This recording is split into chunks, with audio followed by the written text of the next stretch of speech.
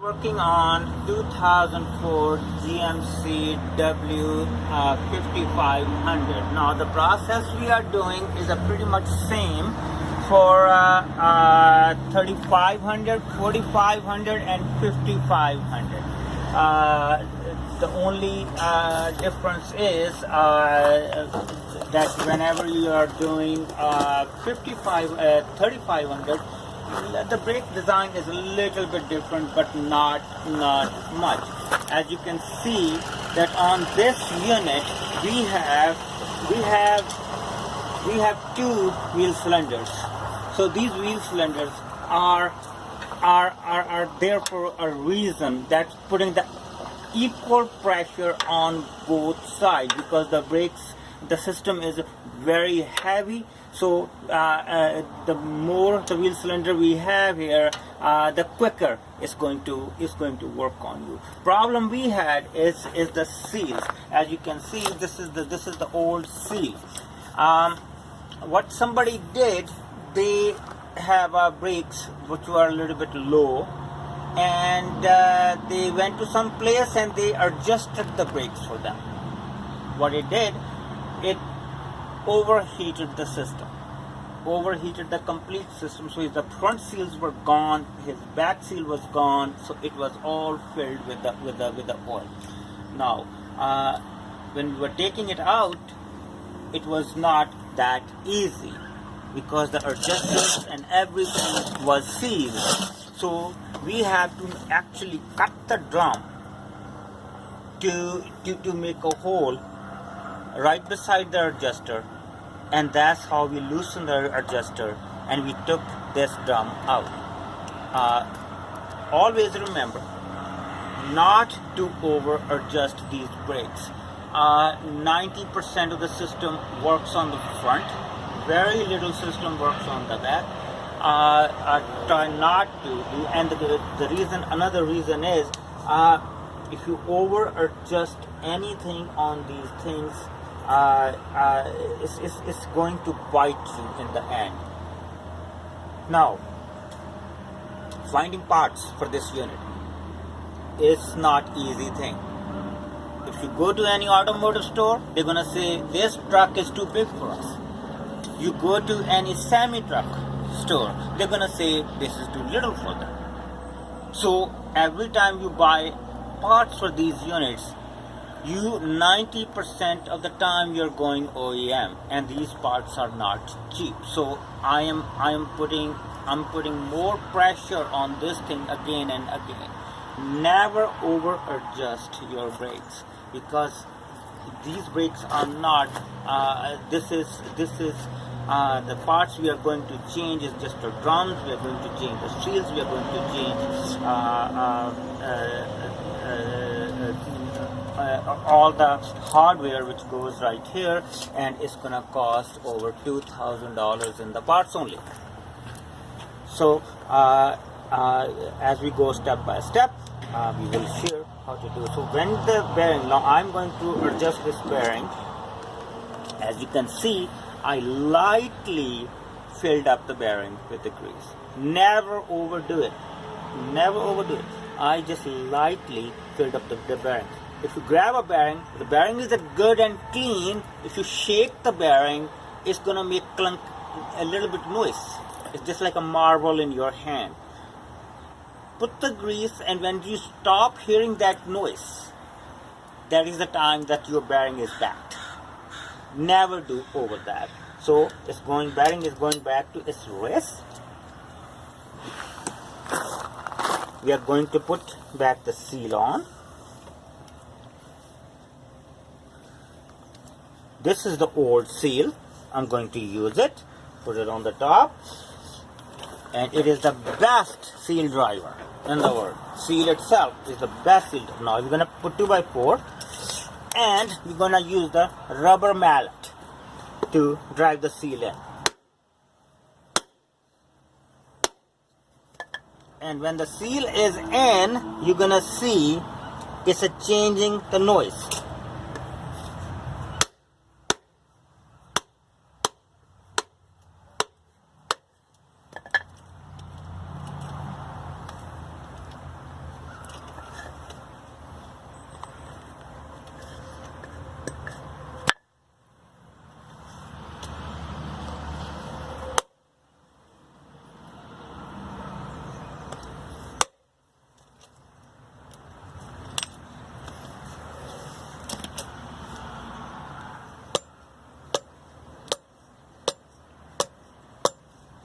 There you go. The seal is in.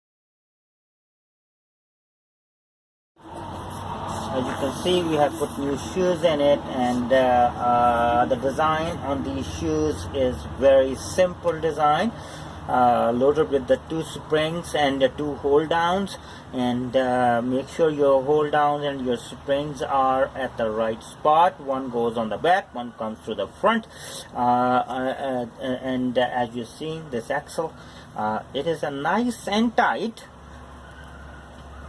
yet very easily moving, and that's what you have to have. This hold on, never forget to put this hold on in, because this is the only thing keeping this whole axle inside.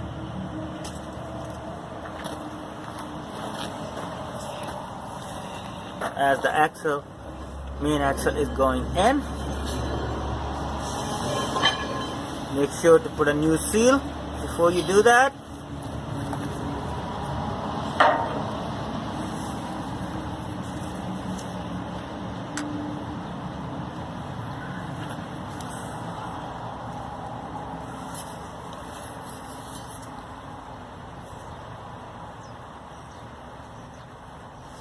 Put a little bit grease on the lip of the grease and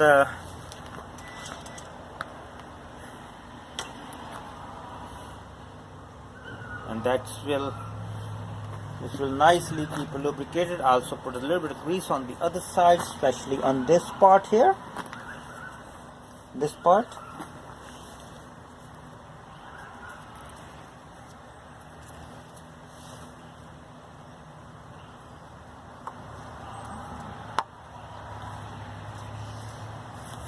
Lip inside. Make sure the lip of the seal should be inside. Now over here you have to just play a little bit with the shaft as it's inside.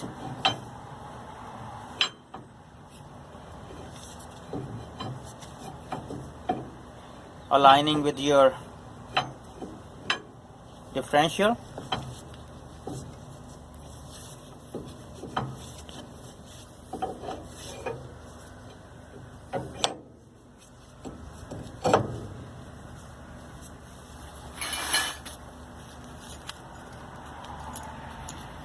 And make sure there's a little conical washers are going in there, the cone part inside.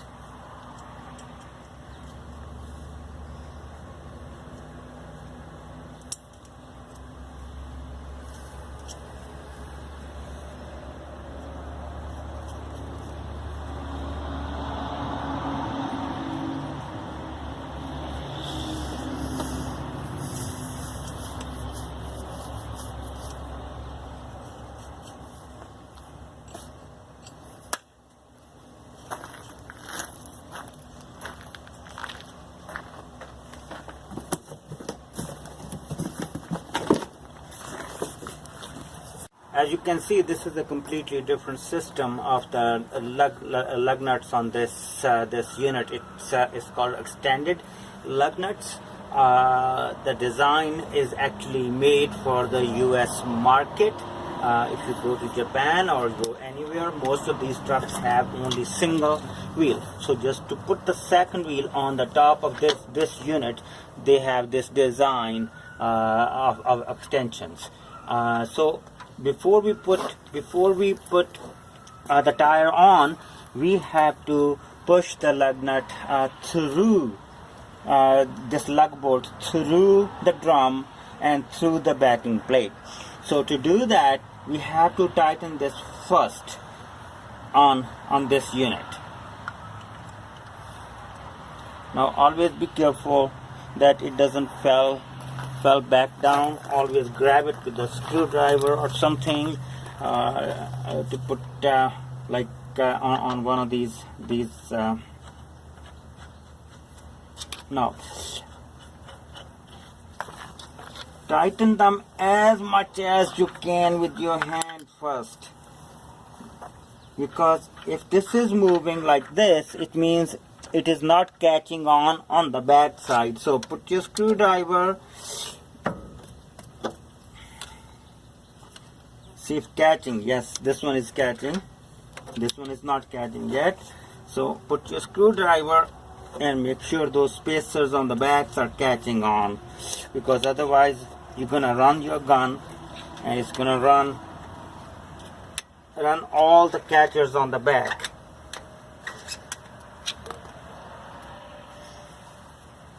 You have to feel it down. If it's still moving like this, nothing is catching on the back. So now first we are going to use the gun.